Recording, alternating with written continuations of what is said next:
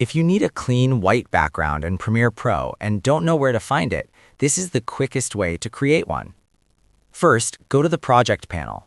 Click New Item, then select Black Video and click OK. Drag the black video onto your timeline and extend it to the length you need. Next, open the Effects panel. In the search bar, type Tint. Drag the tint effect onto the black video. Go to Effect Controls, find Map Black to, click the color box, change it to white, and click OK. You now have a solid white background in Premiere Pro.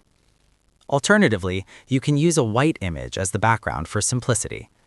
That's it. You've created a white background in Adobe Premiere Pro quickly and easily.